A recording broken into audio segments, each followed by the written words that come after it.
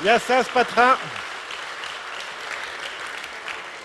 How many of you have laughed today for 5 minutes or more by a show of hands?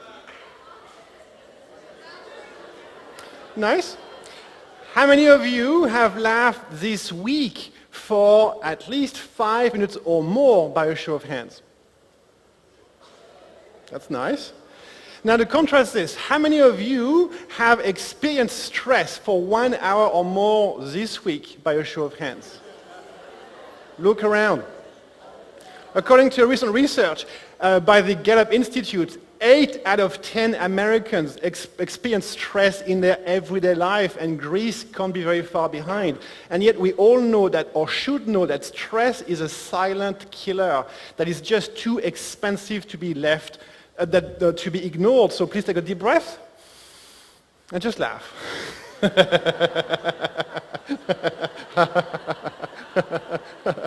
And I mean no disrespect. If you could wave a magic wand and get anything you wanted, who would be interested? Who would want to learn how to dissolve stress and greatly strengthen your emotional and your physical and emotional wealth and well-being by a show of hands?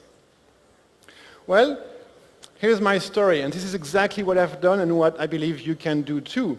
So let me start by going back in time a few years to 2004. So November 2004. I've just arrived in Mumbai, India, coming from Los Angeles, California. That's a 16,000 kilometer stretch, and I am miserable. I'm tired, it's hot and humid, the mosquitoes are eating me alive. This is not a good day. I'm here to learn how to laugh. And the irony of it all is that laughter is the last thing I want to do right now. Now I know what some of you are thinking. What? Did he just say he's traveled 16,000 kilometers? That's 10,000 miles to learn how to laugh? That's a bit of a strange project. Whoa! Maybe it's strange for you, but it's not for me. I'm almost 35, at a very low point in my life, and everything I've recently read about the science of laughter has convinced me that it can help me achieve exactly what I've just described, how to transform my mood and feel better at will, anytime, anywhere. I'm here in Mumbai because there's this group of people who appear to have mastered the art of laughter. They don't use jokes or comedy, and yet they've been laughing every morning for 20 minutes for the past 10 years. That's a long time, and they claim that it's the best thing they've ever done. Their leader is a medical doctor, Madan Kataria. And that man has assured me that he would share everything he knows about laughter with me if I come to Mumbai, so here I am. So we go through the introductions. Hey, I'm Sebastien from California. We've exchanged emails, remember me? And then just in my impatience and to make sure he is crystal clear as to why I'm here, I add, so you said you could teach me how to laugh, is that right? He looks at me, smiles, and says, yes, yes, indeed. Do you want to laugh now? I get excited and say, yes, I'm ready. What do I need to do? I mean, there must be a special trick, something clever and different. It can't possibly be that easy, can it? And then that man says two words that I can still hear echoing in my soul, because those two words changed everything for me. And I will come back to those shortly, but first, allow me to backtrack a few more years, because Mumbai is not really where my story begins, and Los Angeles is not really where my accent is from either. 10 years before this happens, I'm 25 years old and enjoying the best spring of my life in Florence, Italy. I've been here for the past 3 months, celebrating a very special event. And metaphorically, I feel like this jingle bell. Ready to sing the music of my destiny. I'm here to, the very special event I'm here to celebrate is the fact that I am officially done with college. I now have a degree in international trade. And not just that, I've also paid my dues and served for 1 year in the French army. Yes, I was born in France. which means that I am free at last. I have no more obligations. I can do whatever I want. My adult life finally is beginning. Please inhale as you come up. Hands up. And as you exhale, say yes. And again, yes. And that's exactly what I'm thinking. This is really cool because I have a dream. And my dream is I'm going to travel the world a few times. And that's both my life and career plan. It's a bit of a vague plan, I know, but it's a dream I've had for as long as I can remember. And I just know this is what I'm supposed to do. I speak 5 languages. I've already visited 25 countries, worked in 7 of them. And I've done enough and seen enough to know that I can make this work. Now, just to be clear, I'm not rich, and neither is my family, but what I do have is a very resourceful brain. And when it comes to traveling, I just know how to make things happen.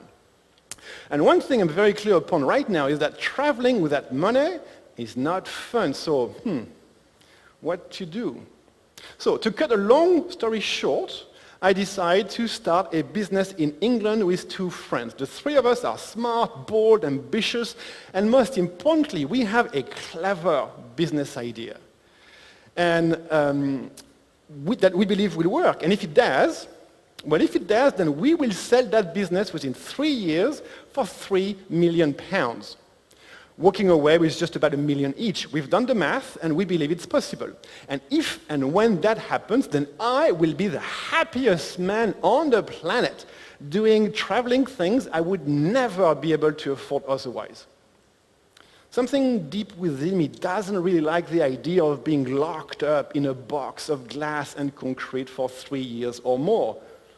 But £1 million is a lot of money. It's a big motivation for an ambitious 25-year-old who's broke and dreams of world travel. So I ignore my gut feelings and go instead with the loud advice of one of my role models at the time, Richard Branson. Let's fast forward 3 years.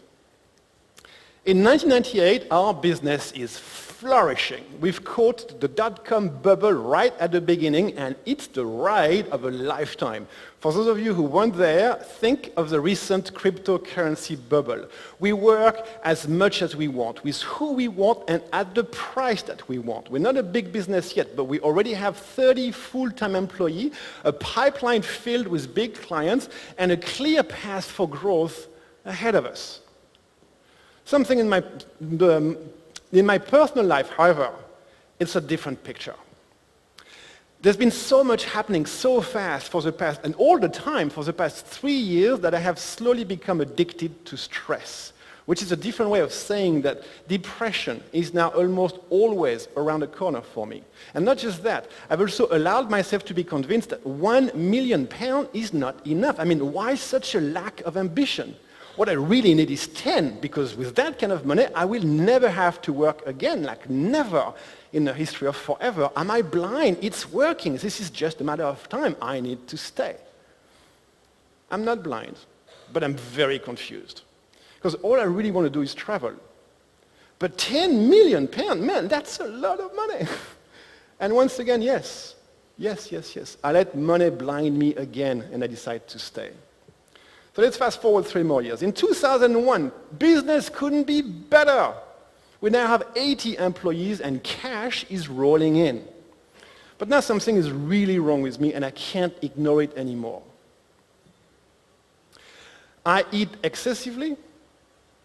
I've developed a really bad attitude. I'm almost insomniac. And most importantly, I feel like I'm drowning, chained to a routine that is slowly destroying my soul. Work has become my life, and my life has become a series of really long, endless work weeks, 80, 90, 100 hours long or more. It's time to quit, and I get it. I will not die, the richest man in my cemetery. Now, I feel very good about this decision to reconnect with my dream of world travels, but my 2 partners do not. Please put your hand on your cheeks. Take a deep breath and say, oh no. I know, unlike me, they love their lives. They still love their dream, which was always very different from mine. And also, they all need all of the cash we've got to fund the sustained, continuous expansion of the business. And borrowing money to buy me out is not an option they are willing to consider at this point in time. So we get involved in a heated legal battle that their team of lawyers manages much better than my one guy. My dream of becoming an English millionaire gets buried, and we all move on. Fast forward 3 more years. In 2004, I'm now living in Los Angeles, California. I came here on vacation after England just to clear my head. And then life happened again. Fell in love, got married, had a child, just not exactly in that order.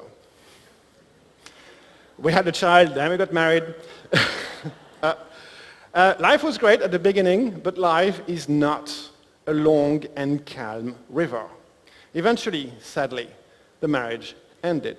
And in 10 years, I had shifted from this to this. At age 34, I am swimming in a pool of pain, guilt, anger, resentment.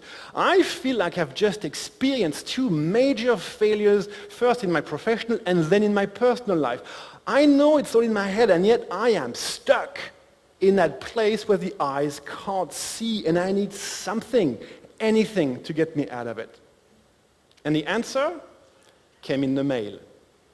I picked up one day a magazine I never read, fell on an article on the healing benefits of laughter, the emerging movement of Indian laughter clubs, and it was as if a light bulb had turned itself on inside, as if my heart knew something my mind couldn't get. Laughter was what I needed.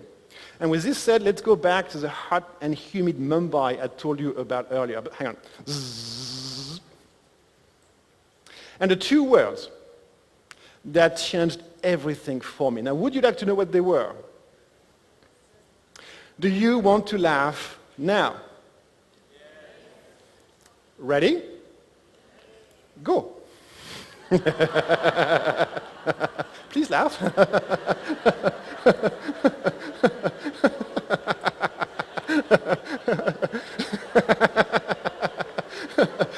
And that pretty much is what I learned in India that year. It was weird. And I didn't really like it at first, but it worked every time the veil lifted. I felt better again, and I was hooked. So I trained as a laughter trainer and learned what was known at the time.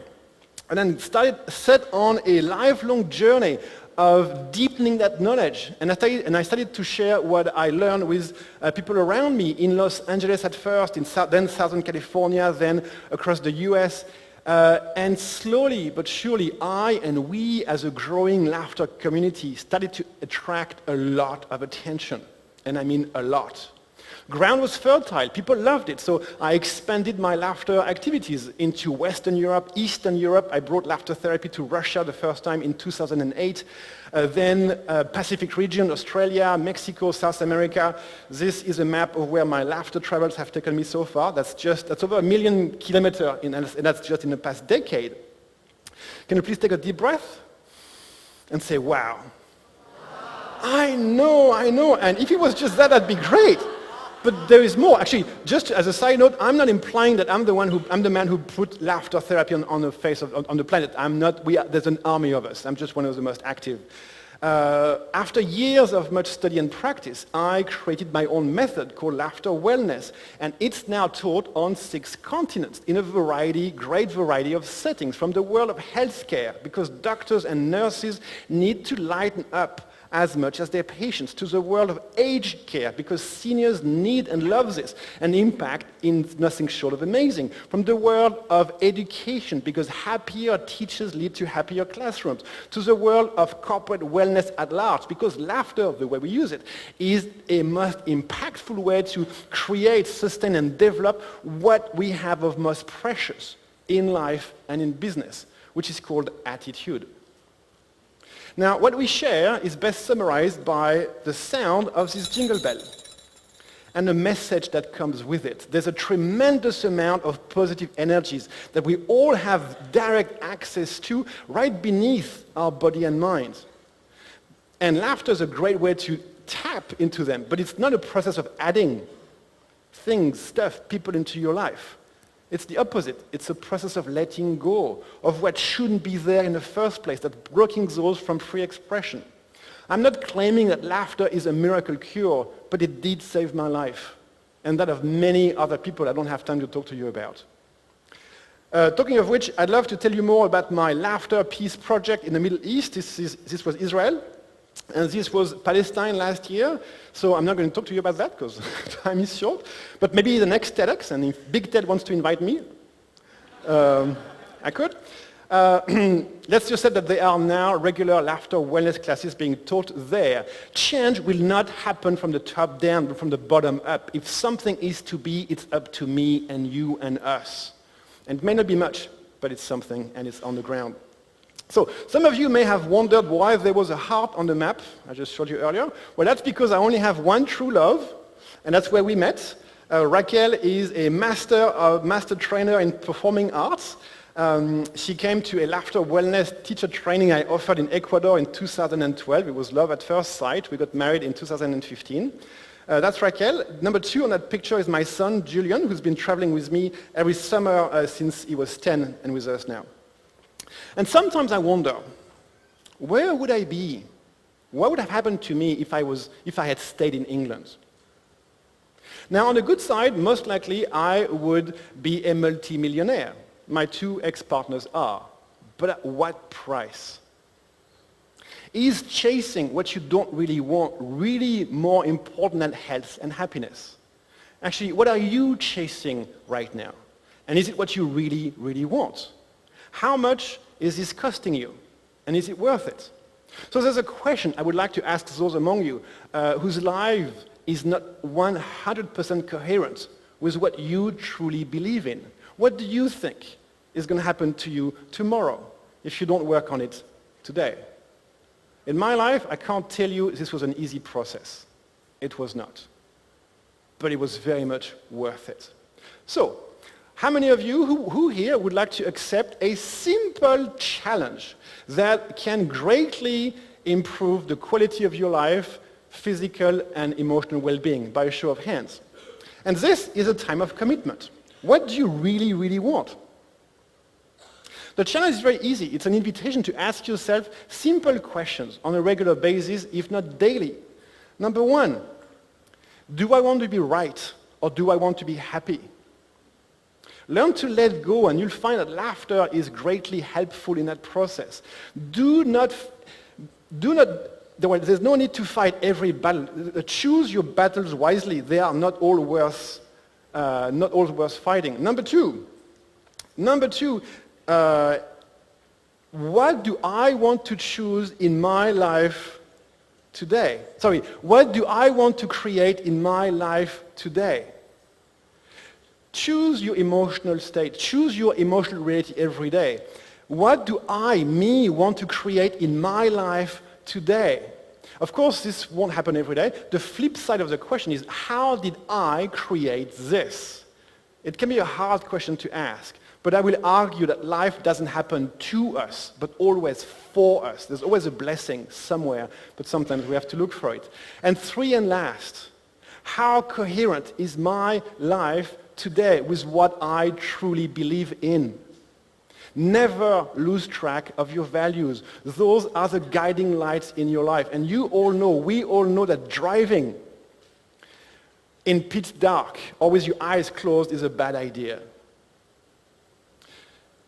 This being said, I thank you, and I look forward to the possibility of laughing and sharing with you more shortly. Thank you. Ευχαριστώ.